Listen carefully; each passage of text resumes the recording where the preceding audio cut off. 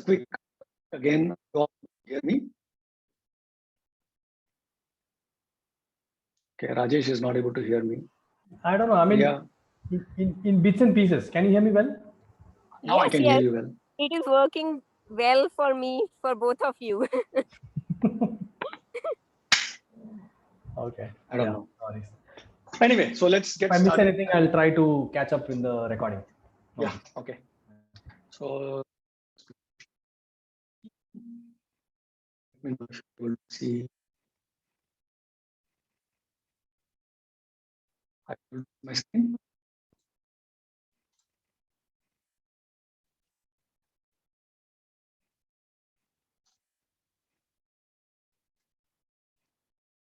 Are you able to see my screen? Yes. I think the most important steps that in order to successful change or transfer. So before we go,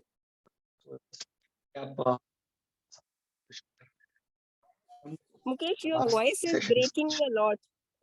Get most in it currently.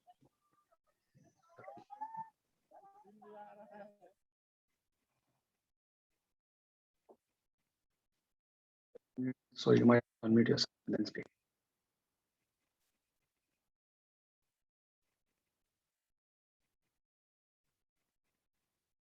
So looks like some new few people. So just go and do the conversation and let's see how. Okay. As we spoke, the usually 5. Mukesh, we're not able to hear you. 4 steps that I can't hear you. Your voice is breaking a lot. Yeah. Switch AirPods and use the computer. So, let's see. Just give me.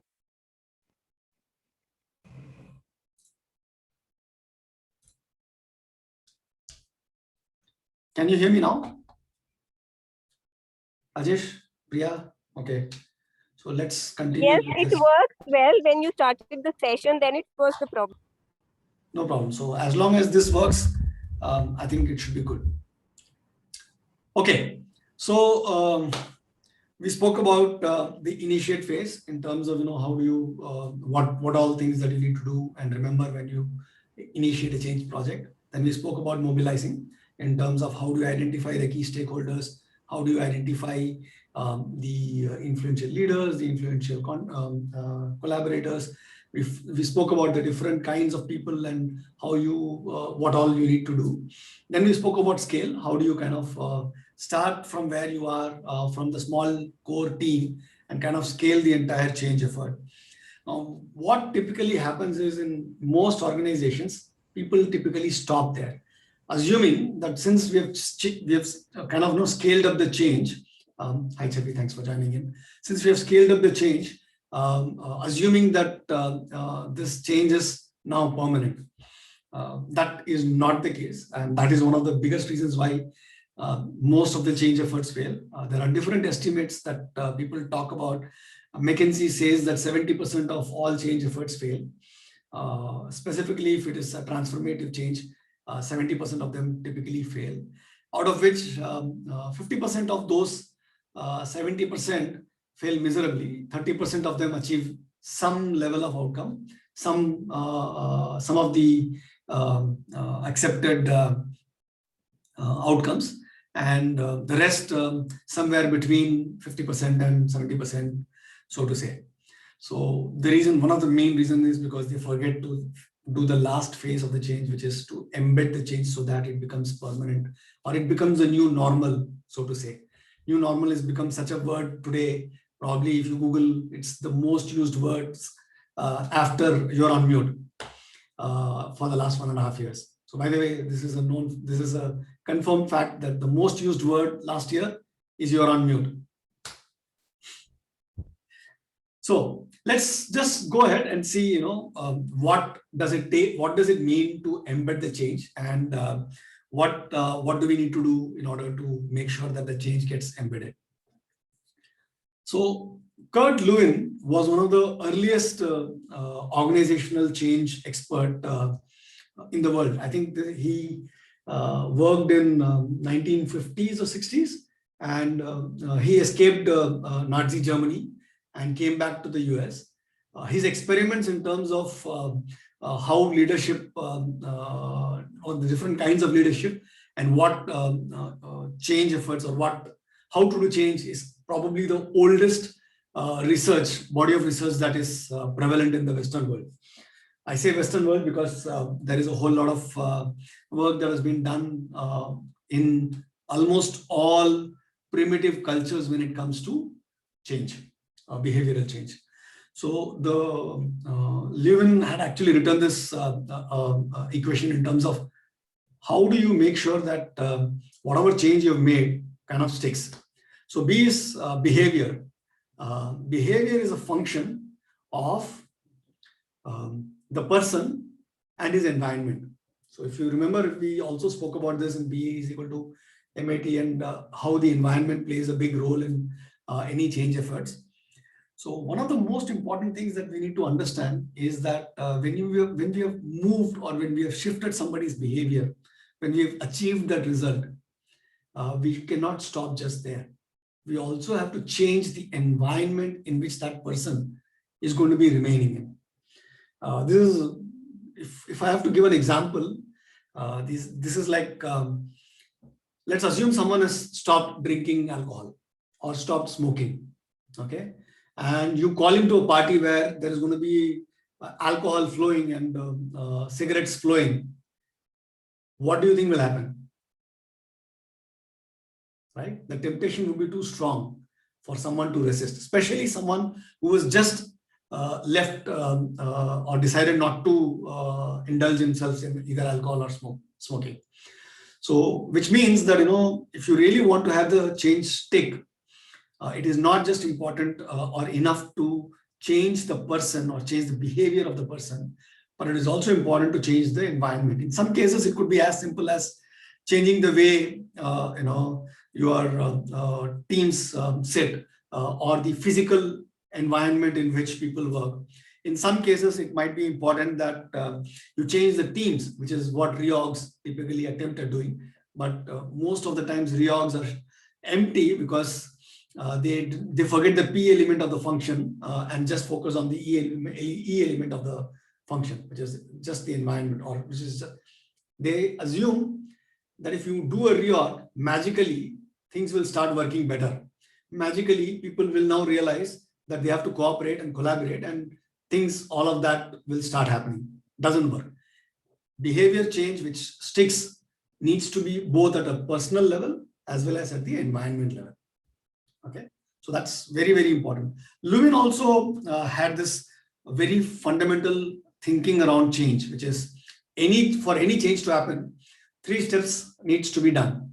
One is unfreeze. If you imagine a block of ice, a cube of ice, and let's assume that you want to change that cube of ice into a how do you call a spherical ice? Okay, you want to change the shape. So what do? So you have to first melt the ice, which is unfreeze. Then do the change in terms of whatever needs to be changed. Then freeze. If you look at it, in fact, all the 4 steps that we spoke about also follow the same process, which is unfreeze is what we spoke about when it comes to initiate and mobilize. Change is what we spoke about when it comes to mobilize and scale. And freeze again is what we are talking today, right? Unfreeze, change, and freeze. That's the most fundamental way of looking at change that Lewin espoused in the early 1940s and 50s as part of his research. So very important, not just the person, the change, also the environment that needs to change. So how do you sustain this change over a period of time? Number 1 is public recognition of individual performance, right? So people who actually do what is expected of them, they need to be recognized and celebrated. We spoke about this in the last section of the course as well, when we spoke about make heroes out of everyday people, right? So you have to have public recognition of the individual performance. You also have to have public recognition of team performance. But it is not enough for the person to change. It is also important for the entire team to change. Because if you remember, we also spoke about the fact that social pressure and peer pressure is one of the most important things when it comes to change efforts. When people see that as a team, when they exhibit the new behaviors, they get celebrated and recognized, other teams will also end up doing and getting on board the change going forward. If anyone wants to say something, you just need to unmute yourself and probably make a comment. No trouble at all there. Okay. So last but not the least, from a recognition perspective, it is important to publicly recognize the leaders in the organization for driving the change. Typically, what will happen, what you will see happen is employees will follow their managers or FLSMs, as they call first level line managers, in order to decide whether or not to follow the change efforts. If the manager is saying that no, okay, see what you can do, or do what you want to do, or they themselves do not follow the change process, the change effort is going to be doomed for sure. And leaders are also very, how do I put it? They are a lot more driven by public recognition than the individual team members. So if you encourage and publicly recognize leaders who are actually getting their team to implement the change and to kind of absorb the change, and that becomes the regular day-to-day operations of how they operate, then that is when change sticks, right? And then, of course, last but not the least, you have to have meaningful celebrations in terms of milestones. So let's say, for example, if adopting the change has resulted in something which is meaningful, it needs to be celebrated. If you remember the first phase, we spoke about why you need to change, right? So you have your whys as to know what needs to change and why it needs to change. As soon as you are able to achieve some of those, it need not be the complete thing that you want to achieve, but even if you have achieved some of those, or you are in line to achieve your stated goals, you need to figure out a way to celebrate it together. Again, social proof is one of the most important things when it comes to sustaining and embedding change in any large-scale change effort, without which almost all change efforts kind of go back and inertia takes over. Last but not the least, you have to update all formal controls and measures. Every organization has its own set of controls and measures which drive organizations, right? These are management controls, these are policies, these are processes, these are KPIs, these are the basis on which promotions are made, these are basis on which people are fired or let go. So all of those things needs to be updated with the new normal or the new change efforts, or with the new behavioral expectations that you are expecting the people to adopt. And also, it also includes doing induction for new employees who are joining in, because in any large organizations at any given point in time, there is a flux. People leave, people join in, whether it is at a team level, whether it is at a company level. So what needs to happen is also a fact that whoever joins new, for them, the new change or the new environment that you have created should be the normal environment, which means that you need to train and you need to make sure that they get to know about that as early as possible during their induction itself. Or what this also means is that you need to be able to create the living FAQ document that we spoke about. So that needs to be now accessible across the organization. You will find that there are a lot of times you will end up, or somebody will end up in a particular position where something is not working, or something is working but not as expected. So all of that you need to be able to address in a way that is agile, ongoing, and all of that gets captured in the FAQ document. So that becomes your single point of contact or single place to point people to for all resources when it comes to the new process or the new policy or the new way of working. So that is what I mean when I say, update formal controls and measures. So as we spoke earlier as well, one of the biggest problems when it comes to change efforts is inertia. What is inertia? Or gravity, So people typically, if you don't keep the pressure on, people have the tendency to go back to working the way they used to work, the way they were comfortable. Okay. Now, here's a short video that I will play, and then maybe we'll talk about the video itself. This video will talk about slightly different thing, which is theory of constraints and bottlenecks. I do not know how many of you know about theory of constraints or bottlenecks, but forget about what the video talks about. I will kind of make it mean to our context after the video is done. Okay. Let me know once you are able to hear the volume, or if you're not able to hear the volume.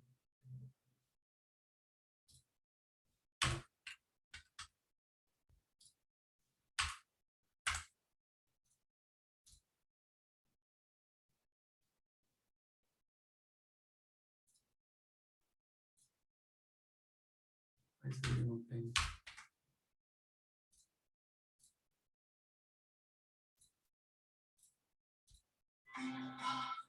Are you able to hear the volume? Yes.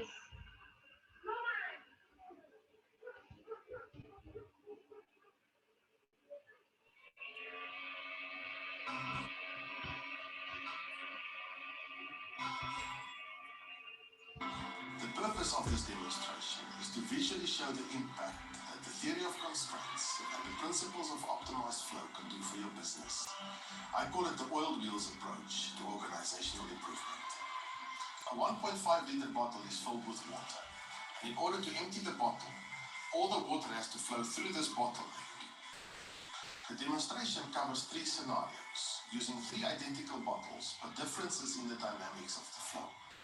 In each demonstration, please observe carefully what happens. Firstly, what happens in the bottleneck itself, the dynamics of the flow through the bottleneck, and second, what are the dynamics in the rest of the system that is inside the bottleneck. Let's look at the 3 different scenarios. In the first demonstration, the bottle is overturned to allow the water to run out by itself. The clock starts when the bottle is overturned and stops when the bottle is empty. What do you expect to happen? It takes about 18 to 20 seconds for the water to run out at a rate of about 4.5 liters per minute. Let's look at what happened. Firstly, in the bottleneck, the water started to flow, but it creates a vacuum inside the bottle. This vacuum caused the flow to stop momentarily and allow a bubble of air into the bottle. The air relieved the vacuum inside and caused an equivalent amount of water to flow through the bottleneck. This process repeated itself until the bottle was empty. It is a continuous repetition of stop-start flow. Secondly, inside the system, the result of the stop-start flow is turmoil inside the system. There's a lot of activity, but it does not increase the rate of flow. There are lots of unproductive conflicts, many internal processes that do not add value, and a system that becomes a captive of its own internal processes.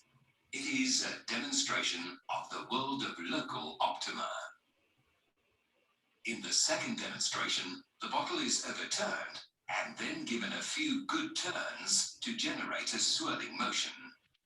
This generates a vortex that allows air to flow into the bottle while the water runs out through a swirling spout.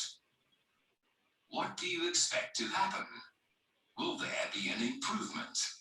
Observe closely what happens in the bottleneck as well as what happens inside the bottle. It takes about 11 to 13 seconds for the water to run out at a rate of about 7.5 liters per minute. This is nearly double the flow rate of the first demonstration. What happened this time? Firstly, in the bottleneck, it took a second or two to get the water to generate the vortex. The vortex allowed the air in while the water ran out in a circling spout. The water and the air each had its own path and this created continuous, uninterrupted flow through the bottleneck. Secondly, inside the system, all the water particles were aligned in the same direction and created aligned flow. Everything was subordinated to the generation of directional flow. This is a good demonstration of the theory of constraints in a physical flow environment. The third demonstration. A straw is now added to channel the airflow. The bottle is overturned and air is blown through the straw to clear all the water from the straw. The pressure from the blowing also starts the process of flow. Take note that the straw has reduced the capacity of the bottleneck. What do you expect to happen? The clock starts when the air is blown through the straw. It takes about 4 to 5 seconds for the water to run out at a rate of 18 liters per minute. This is about double the flow rate of the second demonstration and about 4 times the rate of the first demonstration. What happened this time? Firstly, in the bottleneck, the flow was super fast. It was stable, without interruption, and more than 4 times the rate of the first demonstration. Secondly, inside the system. The inside was characterized by calmness, stability, and absence of turmoil and pressure. Is it possible to have superflow within a spirit and culture of calmness? Yes, it is done by doing the right things right. The demonstration with the 3 bottles illustrates the following lessons. Firstly, in the 3 demonstrations, the bottleneck remained the same. It illustrates that the theory of constraints is not a process of debottlenecking the operation. It is a process of increasing the flow through the bottleneck. Secondly, if you follow the right approach, you can eventually get both superflow and a spirit of calmness simultaneously. In order to do this, you need to address the physical flow and the people aspects of the business simultaneously. Applying the So before I say anything, would someone want to share what this video means for you? Or how do you see this applying to leading change?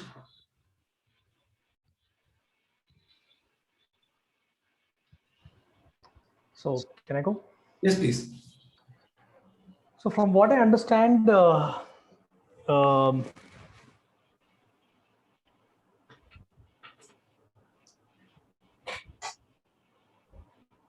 mean, I don't think I have concrete understanding yet, but I'm just trying to think out loud here, right? And observe and explain what I have observed. Yeah. So the bottleneck remained the same in all the cases. Yeah. However, how a change is introduced in the system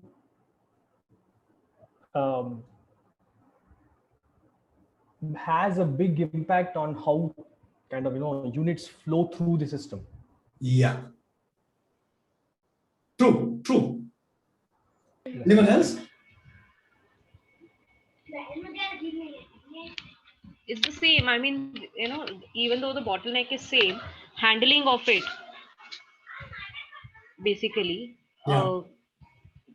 that would bring the different results. Yeah.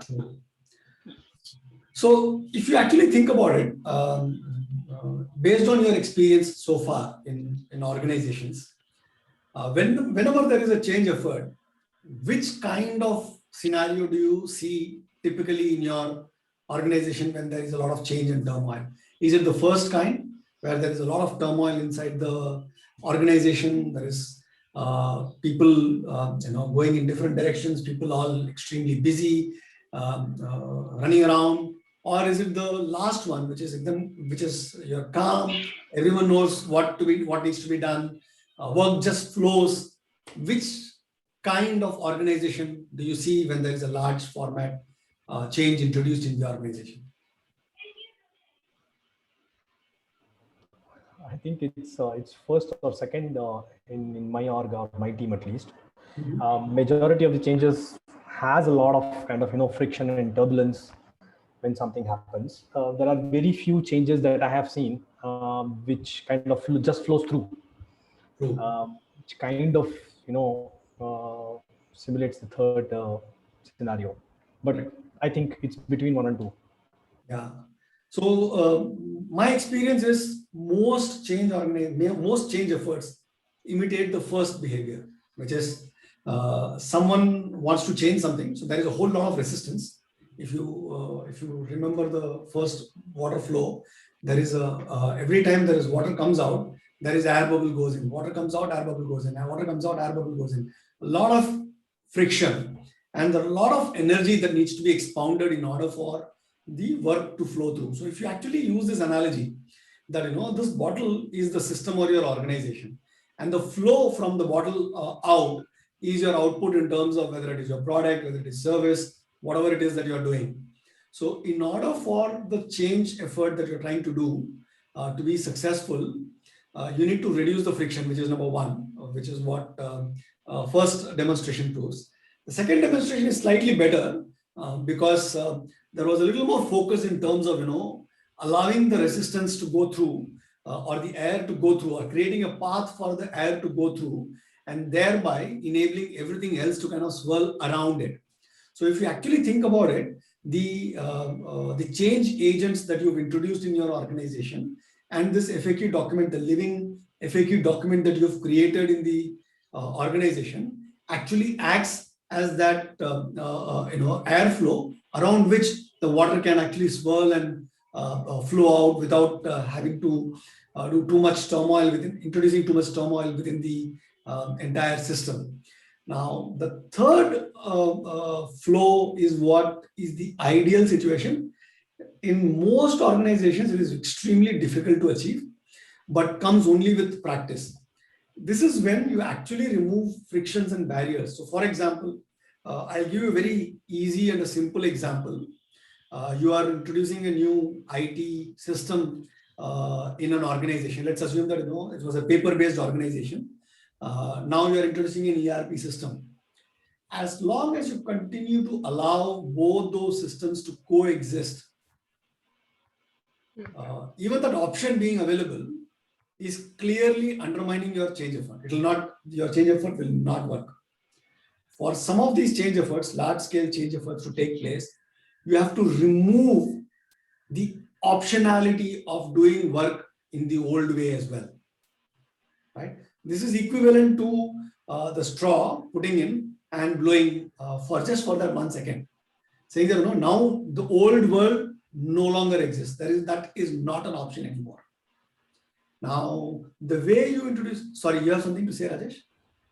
I just want this thing, kind of clicked with how we do, or how I at least kind of, try to implement changes in our org. Mm-hmm. So one advantage in our org is, and majority of the IT firms is that, we don't have any physical kind of, work units, right? Most of our work is virtual. So changing something is basically changing the process and, how units are processed in the virtual world, right? So this thing kind of clicked. So I just wanted to share. I usually say that if anybody sees the button, they will click it.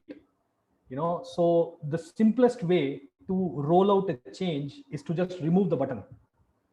If you show it, they are going to click it, and it'll flow. It'll fail, and there will be a lot of noise saying, "Hey, it did not work," or "It worked something else," and blah blah blah. Just don't show the button.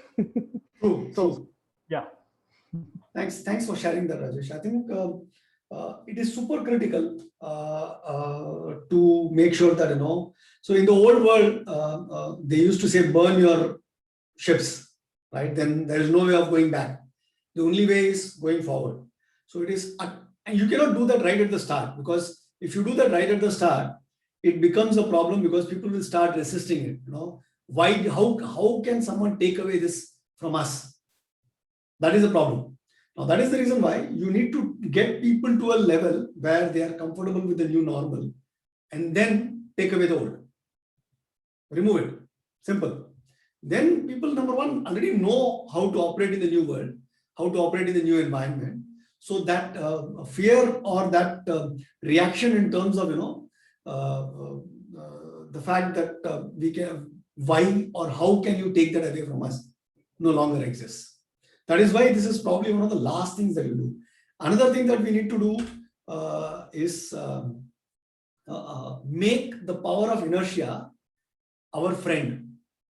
If you remember, at the start of the first session, we spoke that overcoming inertia is very critical, because once everyone is the way they operate, it is very difficult to change them, right? That is one of the reasons why resistance to change exists. Now, at the last stage in terms of embedding the change, you have to make sure that the new way of working gathers this inertia, if you want this to continue to become a habit and can continue to progress in the direction that you want to take place. Now, 90% of the times you will not reach this stage, because by the time you reach this stage, there is something else that needs to be changed, because the environment has changed, because your new products, new customers, new processes, new policies or environment. Sorry, can I interrupt again? I'm sorry. Go on. I think I was about to bring this topic that you just now touched. At least in my org, I see this very often, and this is one of the reasons why in my org, creating a live FAQ document is almost impossible, because by the time we create a documentation explaining why and hows of the new change, something else is already in the cooks. And because everything is kind of virtual, people just jump onto this, don't show the button face and change it again. So, creating a real life representative documentation of, of the current state of affairs is just almost, it becomes impossible, because things just change so drastically almost on a daily basis. So how do you propose to tackle this? So tell me something. All these changes, do you find resistance to these changes? Yes, of course. But over a period of time, what happens is people just give up, saying, okay, no matter how much I resist, if I'm not going to be shown the button which I'm used to clicking, what can I do? I'm going to escalate. I'm going to make noise. I'll do it once, I'll do it twice, I'll do it thrice. But if that is happening like once every week, what is the point? Okay, I don't see the button. Obviously, something has changed. Okay, no communication, no whys, no context, nothing. Something has changed. Now I have to go and figure out what has changed, how I should behave. And, so it becomes like a different kind of a change rollout process in our org. I'm trying to kind of correlate what we do versus what the framework that you're sharing. So I think so two things here. So number one, you are working in a typical environment, which means that not all orgs function like that. So just understand the fact that it is a very atypical organization or an atypical way of functioning. Now the second thing is, in this method of, or in this way of functioning, there are some advantages and there are some disadvantages. It looks like it's a intentional way of working, okay, driven top down, and that's the culture that your founder or your CEO wants to have in your organization. So there is, again, organizations, how they are run, there is no right or wrong way. It is only the way that the CEO wants to drive, right? Now, in this way, in the culture that you are talking about, the advantages are that the ability to roll out new changes is very high. Okay, but the disadvantage is that the overall productivity of the employees in the organization is not as high as it could have been. Now that's a trade-off, right? In most organizations, that's not how things work. It takes time for any new change to be announced and absorbed, because any large organization, for that matter, whether it is a university, whether it is a for-profit business, whether it is a non-profit business, whether it is a society, or whether it is a government. The changes are not weekly or fortnightly as you're talking about, right? So it's slightly more stable from that perspective. And so in those cases, this is the change method that works. But if as an organization, a CEO has decided that the culture that I want to have is that constant change, it's actually dichotomical, it's paradoxical, right? Constant change. You cannot have change and constant in the same place, but that's how he wants to operate. So that's a conscious decision that he's made. Now, the repercussions of that, I'm sure he knows. And as long as he's okay with that, that's his choice of how does he want to run the organization. Now, as a change agent in that organization, how do you deal with that is a question that you need to ponder. Now, one of the ways that you can deal with that is at your level, when you are communicating change with whatever you are responsible for, can you follow some of these aspects that we spoke about? Whether it is getting, instead of going for buying, can you actually look at people who invest in the change? Can you bring in their inputs earlier in the process so that they know what is going to change and they are prepared for it? In your organization, the friction or the inertia is probably not such a big deal because the oil or the organization seems to be at a constant, the rate of change seems to be really, really high. So people get used to that kind of a change. So that's also another way to think about it, which is how much are you used to change in your organization. So while you might be attuned to fast scale change in your organization, it need not translate into other areas of your life, right? So for example, you're not just working in your company, you're also part of a larger ecosystem, you're part of a family, you're part of a society, you're part of a, let's say, an NGO or whatever else, wherever else you're working. The concepts that we have spoken here probably are much better suited in those environments than in your specific atypical organizational environment. I know it doesn't answer your question, but that's the way it is. Yeah? Yeah, sure. Yeah, got it. Okay. So again, so once you take away all the old systems, the new systems kind of take root and then develop inertia. So then to change that, you need to expend energy and go through the entire process again. But generally speaking, one of the things that I have seen is these large-scale changes need, if for example, it took you 6 months to implement the change, it takes another 2.5 to 3 months for the change to take root. If it has taken you 4 weeks to run out this deploy the change, it takes at least another 2 weeks for the change to take root. If you've taken 1 year to deploy the change, it takes 6 months for the change to take root. So which is approximately half the time that it has taken for you to run through the first 3 phases of the change project. The last stage takes anywhere between, let's say, 1/4 to 1/2 of that time. So you need to plan for that, which means that you need to have someone actually looking in your organization whether or not the change is being followed. Someone need to be looking in terms of figuring out whether someone is going back to old ways of working or not. Someone needs to be leading, someone at a leadership level should still be responsible to make sure that the new normal has become the normal, right? From the journey from new normal to normal still needs to be continuously monitored and made sure that is kind of becoming this, attain the normal status. Only then can you make sure, can you be certain that the change has taken root, right?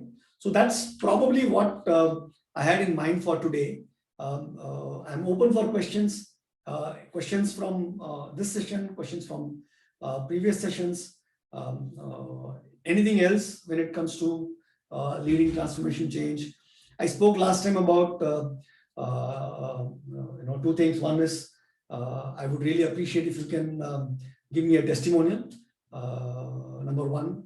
Number two, we can record it today as well if it is okay with you. If you want to record it and send it to me later, that's okay as well. If you want to give me a written testimonial, that's okay as well. And second is I've decided to offer coaching and mentoring as a service. So if you think someone can benefit from this coaching or mentoring, let me know, and we can take it forward from there. So I'll stop there and open up for any questions or comments or thoughts.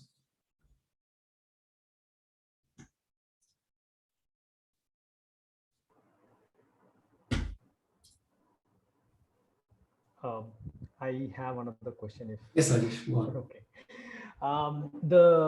In the demonstration that you shared with theory of constraints, the demonstration was so simple that it made sense, which is fine, right? So, I mean, for the given problem, it makes sense that okay, the clear difference between first scenario and third scenario. But can you give some analogies on how that the same could be applied on real world problems? Some sort of examples would kind of I think it'll help me to better relate to it, because I see one of my orgs where we have that one bottleneck for like 3 years. We have done, in spite of so many changes that I've spoke about, we have done so many things, but that one bottleneck is still a bottleneck. Okay, and that bottleneck hurts literally every function in the org. So I'm just trying to see how to concretize that, or how to transfer that into the real world examples, if you have any, or if you could share some documentation or articles around that. I could do some reading as well, right, to kind of better understand on how to implement it. Yeah. So if you are actually specifically looking for bottlenecks, I think theory of constraints is a beautiful theory which you should research. What they talk about is a 3-step process to overcome any of these constraints or bottlenecks, as you said. So one is identify the bottleneck.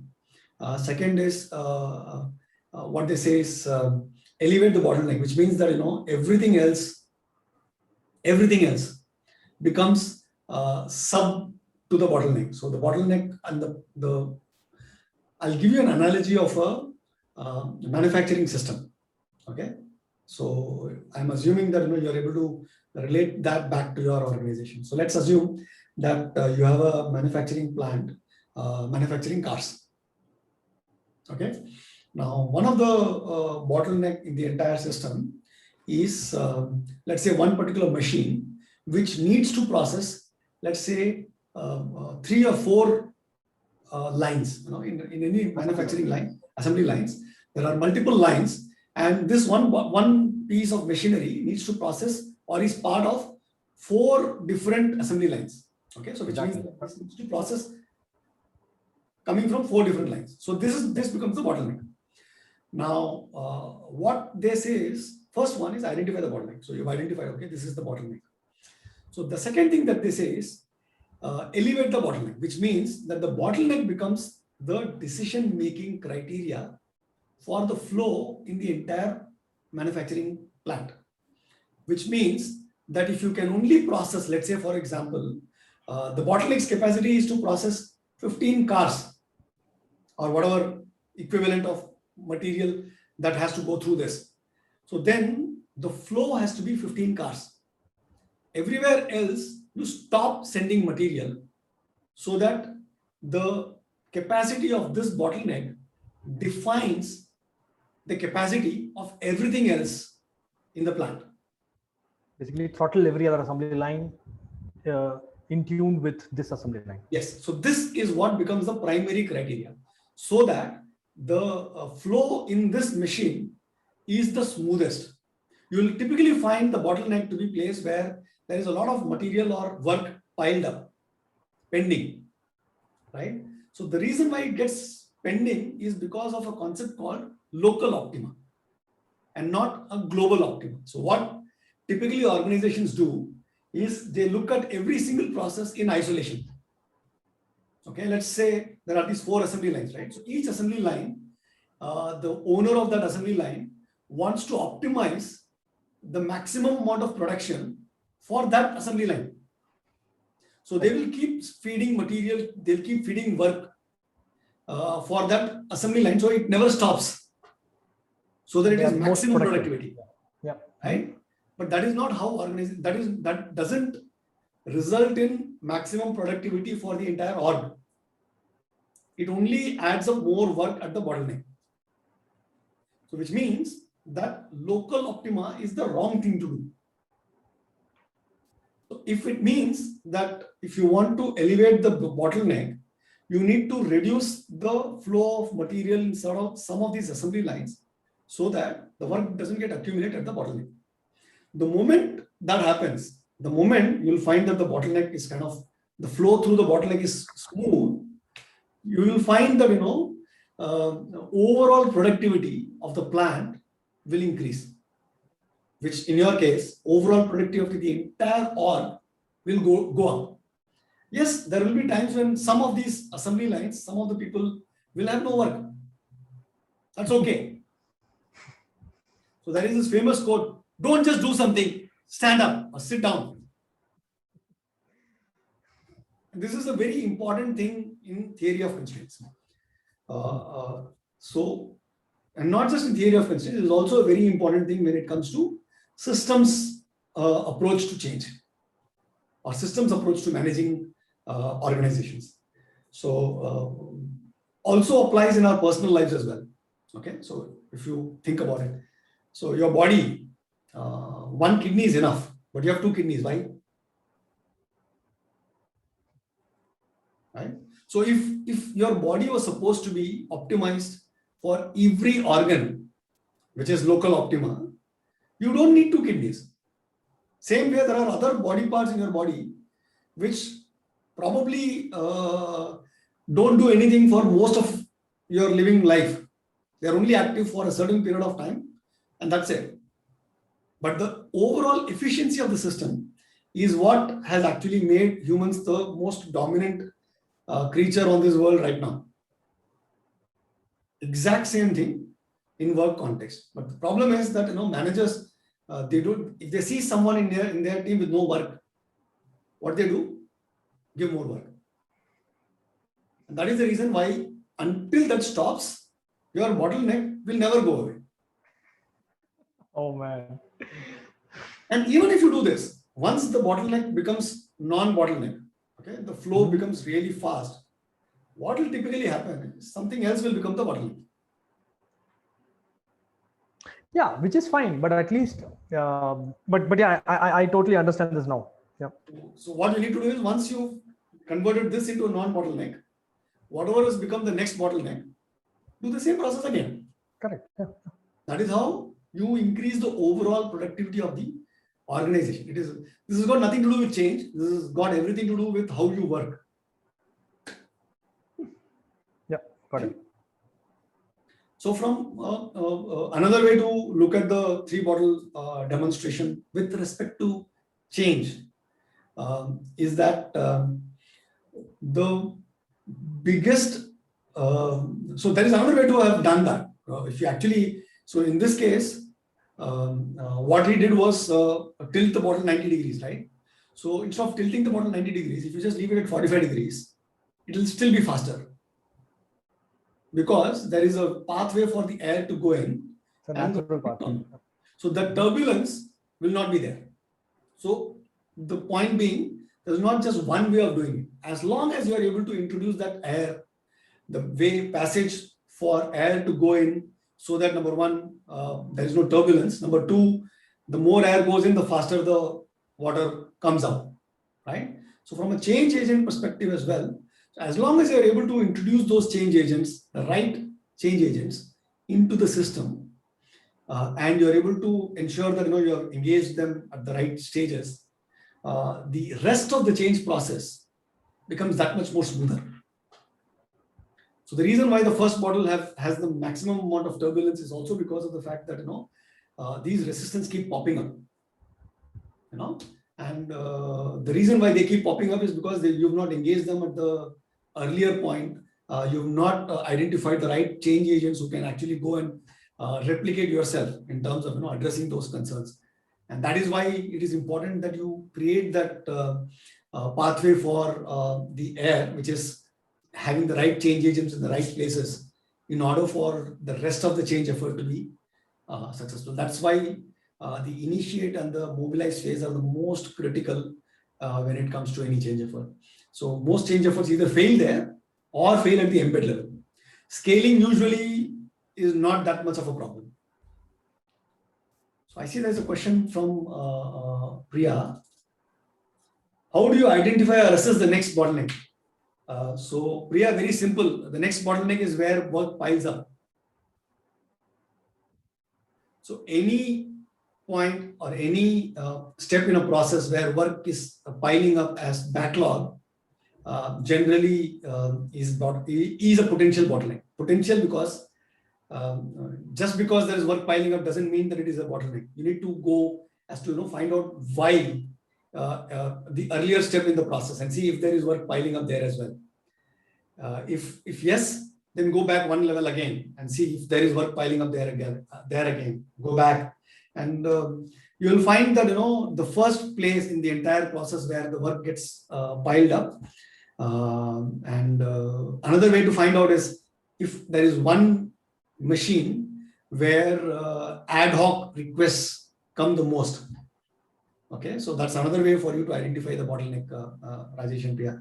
Just you will find that in any organization, in any process, people typically know that if I get stuck, where do I go? Whom do I go to? Typically, he or she will be the bottleneck because their attention and they're so spread out among different things, and because they are getting pulled in all different directions, you will find that their overall productivity is very, very low, and that becomes a kind of a bottleneck. So the moment you identify that, you kind of you do the same three-step process, right? So identify, elevate the constraint, and then have everything else. I'm forgetting the word. He uses a very interesting word. There is this book called The Goal by a person called Dr. Eliyahu Goldratt. You can actually Google theory of constraints, Eliyahu Goldratt, YouTube. There is a 2-hour session that he talks about where he introduces the concepts of theory of constraints. If you have this challenge in terms of bottlenecks in your organizations or in teams that you work for, that's a brilliant introduction to have. So any other questions, comments, thoughts?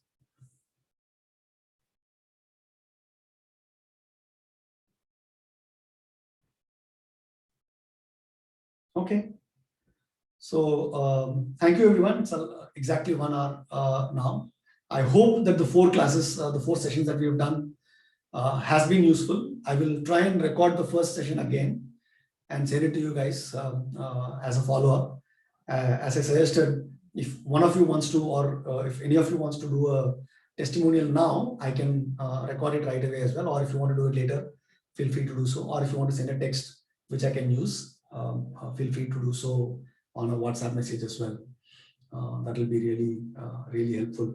I would like to publish it for the next batch, saying that the first batch people, this is what they spoke about.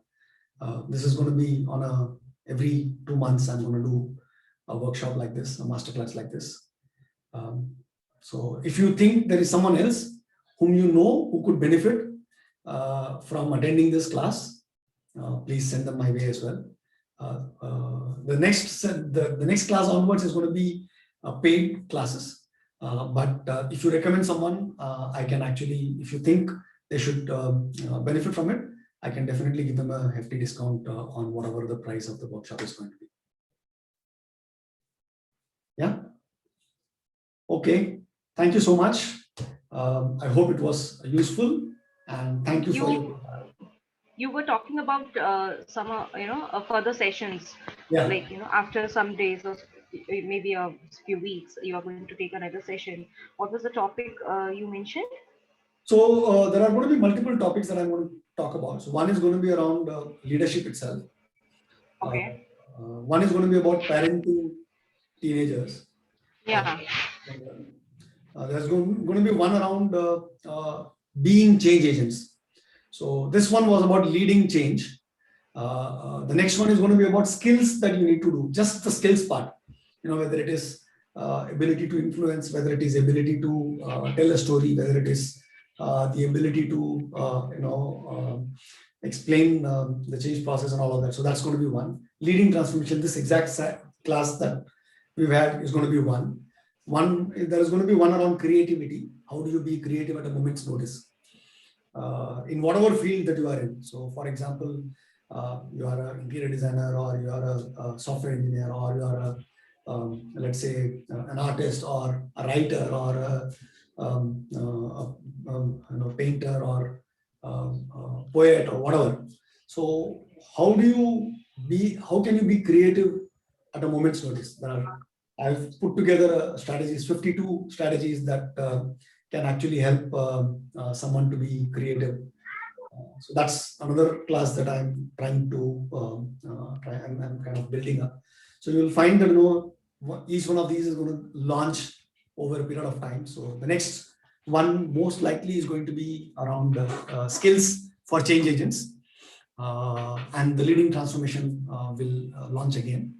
Parenting voice is going to be sometime soon, hopefully in July is when I'm planning to launch the parenting class, and August will probably be the creativity topic. Okay. And you're open for single class sessions or something like that? You're open for that, right? Yes. So that's the coaching program that I spoke about. So one-on-one coaching. I'm open to do one-on-one coaching. I'm open to do one. No, I'm not talking about single class in the sense one-to-one. It's No, like no, about one-to-one. I'm doing it 4 weeks, one shot for 3 hours or 4 hours. Is that what you're talking about? Yeah. No. So, And there can be multiple people, like from different industries, or however we promote it. yes. Okay. Fine.